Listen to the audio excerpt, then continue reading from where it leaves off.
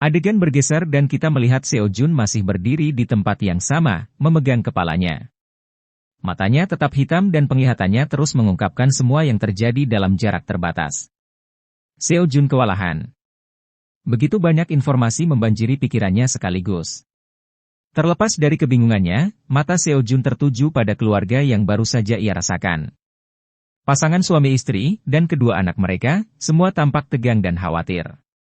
Ketegangan begitu mencekam Seo Jun hingga dalam tindakan spontan, ia menonaktifkan kemampuannya.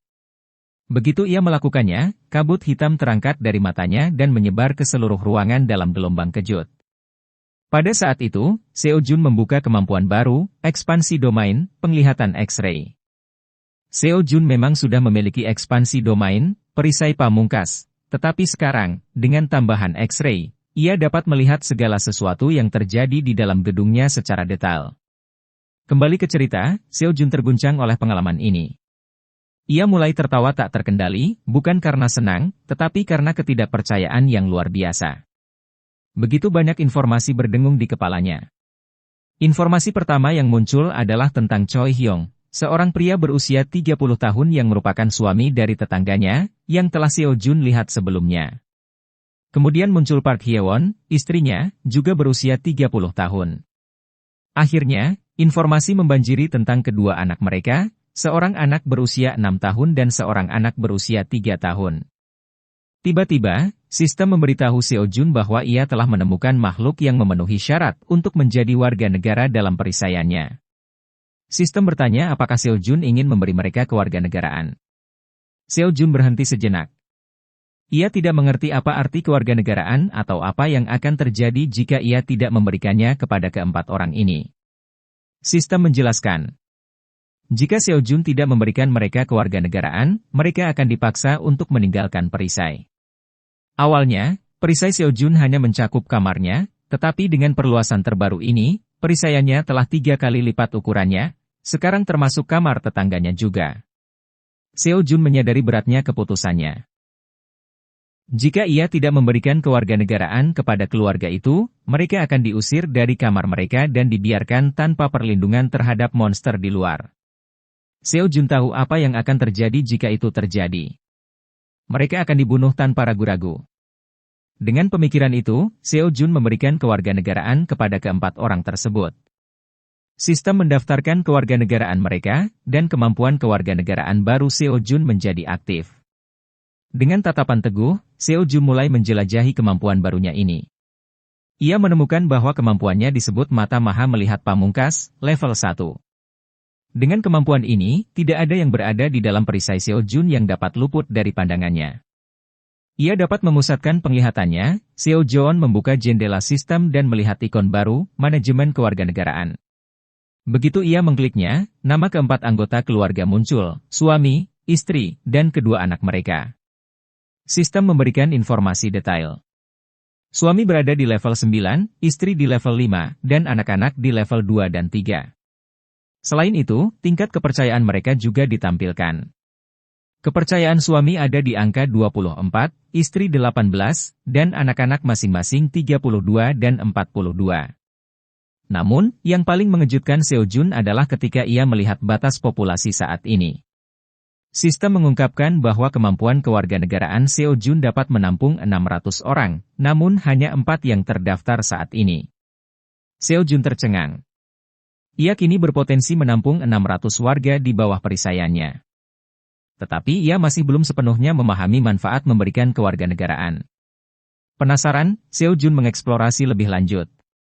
Ketika ia mengklik profil suami, jendela baru terbuka, menampilkan detail lebih lanjut. Terlihat bahwa kemampuan bangkit Choi Hyung Jun adalah 0, tingkat distribusi pengalaman 0%, dan tingkat distribusi uang 0%. Akhirnya, sistem menunjukkan bahwa Seo Jun dapat menyesuaikan rasio ini. Ia dapat misi kepada Choi Hyung Jun dan bahkan mengusirnya dari perisai jika perlu. Seo Jun berpikir sejenak, menganalisis tingkat distribusi pengalaman dan uang. Sebuah teori mulai terbentuk dalam pikirannya. Seo Jun yakin opsi-opsi ini berarti bahwa monster apapun yang dibunuh warga di masa depan, ia dapat memutuskan berapa banyak pengalaman dan penghasilan mereka yang akan ia terima. Jika teori Seo Jun benar, ini berarti ia bisa mendapatkan XP dan uang dengan mudah hanya dengan mengelola warganya. Ia bahkan tidak perlu meninggalkan rumahnya. Warganya akan melakukan pekerjaan untuknya sementara ia menuai hasilnya. Menyadari hal ini, bibir Seo Jun terangkat membentuk senyum licik. Kemungkinan kemampuan barunya membuatnya bersemangat, dan ia mulai melihat bagaimana ini dapat mengubah segalanya. Setelah itu, Seo Jun melihat ikon misi hadiah di jendela sistem Choi Hyung Jun. Begitu Seo Jun mengklik ikon misi hadiah, menu sistem baru terbuka. Di sini, Seo Jun menyadari ia dapat memberikan misi kepada warganya. Dengan kemampuan ini, Seo Jun bahkan tidak membutuhkan sistem untuk menjadi lebih kuat. Dialah sistemnya, administrator wilayah kekuasaannya sendiri.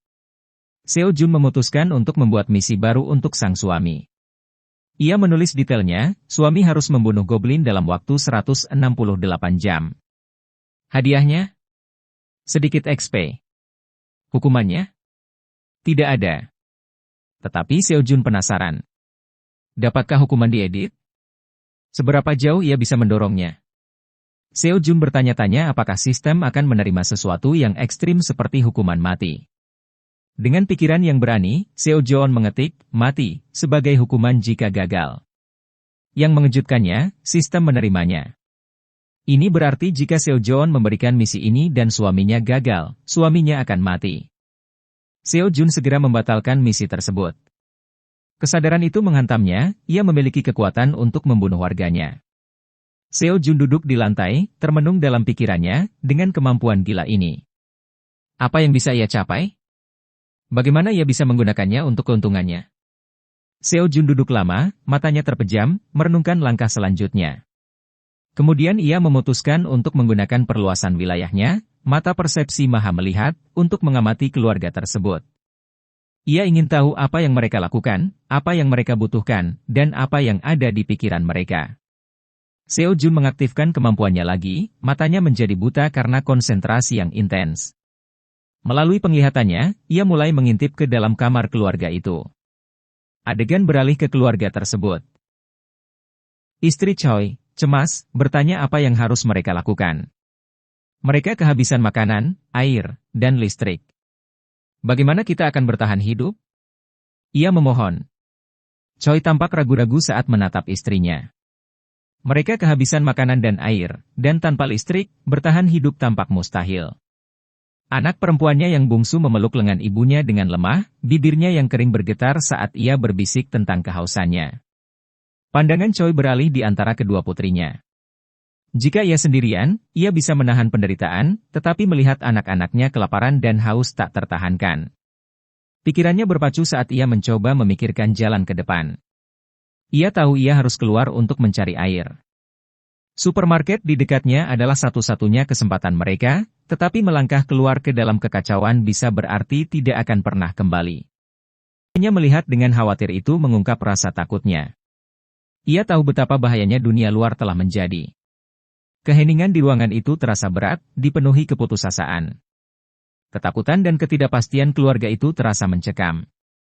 Kita fokus pada Seo Jun yang menyaksikan semuanya, tak mampu lagi menerima lebih banyak lagi. Seo Jun menonaktifkan mata maha melihatnya, dan penglihatannya memudar. Namun beban emosional dari apa yang ia saksikan masih terasa. Seo Jun membuka notifikasi sistem, mencari jawaban dan solusi. Menjelajahi toko pertapa pamungkasnya, Seo Jun menemukan bagian peningkatan.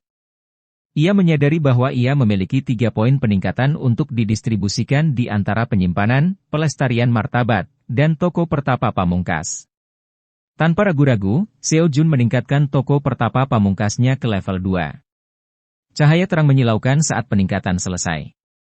Sekarang, alih-alih menyimpan hanya 10 item, Seo Jun dapat menyimpan 20 item. Selain itu, ia dapat membeli semua barang dengan diskon 10%. Seo Jun berhenti sejenak untuk menyusun strategi. Setelah pertimbangan matang, ia meningkatkan toko pertapa pamungkas ke level 3 dan kemampuan pelestarian martabat ke level 2. Semburan cahaya lain menandakan selesainya peningkatan ini. Seo Jun bersandar, puas dengan keputusannya. Dengan toko pertapa pamungkas level 3, Seo Jun dapat mengelola inventaris yang jauh lebih besar, dan dengan meningkatkan pelestarian martabat, Ia sekarang dapat menyediakan listrik dan fasilitas lain kepada keluarga itu. Seo Jun menyadari bahwa ini adalah langkah kritis. Memperluas sumber daya kepada keluarga akan meningkatkan kepercayaan mereka padanya, dan kepercayaan itu akan memungkinkan Seo Jun untuk menggunakan mereka secara strategis untuk rencana masa depannya. Seo Jun tersenyum tipis, merasakan pergeseran dalam kendalinya. Ia tahu kekuatan yang ia pegang sekarang bukan hanya besar, tetapi tak terbatas. Namun itu belum semuanya. Setelah mencapai level 3, Seo Jun membuka kemampuan baru yang memungkinkannya untuk memulihkan barang apapun yang hancur yang disimpan di toko pertapa pamungkas. Melihat kemampuan baru ini, Seo Jun memejamkan mata sejenak, lalu membukanya dan mulai tertawa. Kemampuan ini benar-benar berbahaya. Seo Jun terkekeh, menyadari bahwa meningkatkan toko pertapa pamungkas ke level 3 benar-benar sepadan. Seo Jun merenungkan sisa makanan dan barang-barang rusak yang berserakan di rumahnya. Jika ia menyimpan barang-barang ini di toko pertapa pamungkas, sistem akan mengembalikannya ke kondisi semula. Pengetahuan ini membangkitkan kegembiraan dalam dirinya. Tanpa ragu, Seo Jun membuka toko pertapa pamungkas dan mulai membeli makanan dan air dalam jumlah besar. Setelah itu, Seo Jun meningkatkan kemampuan pelestarian martabatnya ke level 2. Sistem segera memberitahunya bahwa ia telah membuka kemampuan baru, kemampuan untuk mendaftarkan wadah. Bingung, Seo Jun mencoba memahami apa itu wadah, tetapi sistem tidak memberikan informasi lebih lanjut. Seo Jun memutuskan untuk mencari tahu nanti. Saat ini, prioritasnya adalah memeriksa keadaan keluarganya. Adegan beralih, dan kita melihat Choi Hyung Jun mengemasi tasnya untuk keluar dan mengambil air. Istrinya dan dua putrinya tampak sangat sedih, wajah mereka dipenuhi ketakutan dan kesedihan yang nyata. Choi Hyung Jun berlutut di samping putrinya, meletakkan tangannya dengan lembut di kepala mereka. Ia meminta mereka untuk menjadi gadis yang baik dan mendengarkan ibu mereka selama ia pergi. Kedua gadis itu mencoba untuk tetap berani, meminta ayah mereka untuk berhati-hati dan kembali dengan selamat. Choi Hyung Jun menepuk kepala mereka dengan lembut dan meyakinkan mereka, berjanji akan kembali. Tapi jauh di lubuk hatinya, ia tahu kebenarannya. Keluar berarti ia mungkin tidak akan pernah kembali. Putri bungsu Choi mulai menangis, mengingat para monster di luar sana. Adegan berkilas balik ke 3 hari yang lalu. Itu adalah pagi yang cerah, matahari bersinar terang saat kedua putri Choi bermain di taman. Segalanya tampak damai, sampai tiba-tiba, gerombolan goblin menyerang. Goblin-goblin itu menimbulkan kekacauan, melahap anak-anak lain di taman. Tanpa ragu-ragu, Choi Hyung Jun bertindak seperti pahlawan, meraih putri-putrinya dan berlari pulang. Kenangan itu masih terngiang di benak anak-anak, memenuhi mereka dengan rasa takut. Tangisan anak-anak perempuan itu menggema, ketakutan akan monster yang akan membunuh ayah mereka jika ia pergi keluar. Istri Choi mencoba menghibur mereka, menyembunyikan ketakutannya sendiri. Choi berdiri teguh, tekadnya tak goyah. Ia tahu bahayanya, tetapi bersikeras bahwa ia harus pergi. Namun jauh di lubuk hatinya, ia merasakan ini mungkin menjadi terakhir kali ia melihat istri dan anak-anaknya. Tiba-tiba, ketukan bergema di ruangan itu, mengejutkan semua orang. Istri dan putri Choi membeku dalam ketakutan. Jantung Choi berdebar kencang saat ia meraih sebuah tongkat baseball dari dalam tasnya. Dari balik pintu, sebuah suara berat dan menyeramkan terdengar, menanyakan apakah ada orang di dalam. Choi semakin erat menggenggam tongkatnya, bertanya-tanya apakah suara itu milik monster yang berpura-pura menjadi manusia. Istrinya membungkam kedua putrinya, menutupi mulut mereka agar tidak bersuara. Ketukan itu terus berlanjut dan Choi dengan hati-hati melangkah menuju pintu. Genggaman tangannya pada tongkat itu semakin erat saat ia bersiap menghadapi yang terburuk. Dengan suara keras, pintu terbuka dengan paksa. Naluri Choi langsung aktif. Ia segera berlari kembali ke istrinya, melindungi kedua putrinya dan berjanji bahwa ia tidak akan membiarkan sesuatu terjadi pada mereka. Air mata mengalir di wajahnya saat ia memeluk mereka erat-erat. Dari belakangnya, sebuah nada hangat dan ramah memecah ketegangan. Sebuah suara meyakinkan bahwa tidak perlu takut. Choi berbalik perlahan, tubuhnya masih gemetar.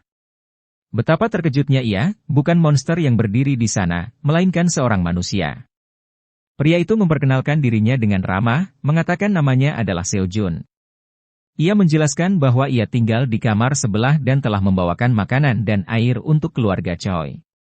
Ia bertanya apakah mereka bisa berbicara. Mendengar tentang makanan dan air itu, Choi merasa terkejut sekaligus bingung. Istrinya menatap Seo-jun dengan skeptis, tetapi tidak merasakan bahaya langsung. Meskipun Choi telah tinggal di apartemen itu selama bertahun-tahun, ia belum pernah melihat Seo-jun sebelumnya. Namun, ada sesuatu dalam sikap Seo-jun yang terasa tulus. Naluri Choi mengatakan kepadanya bahwa orang ini tidak jahat.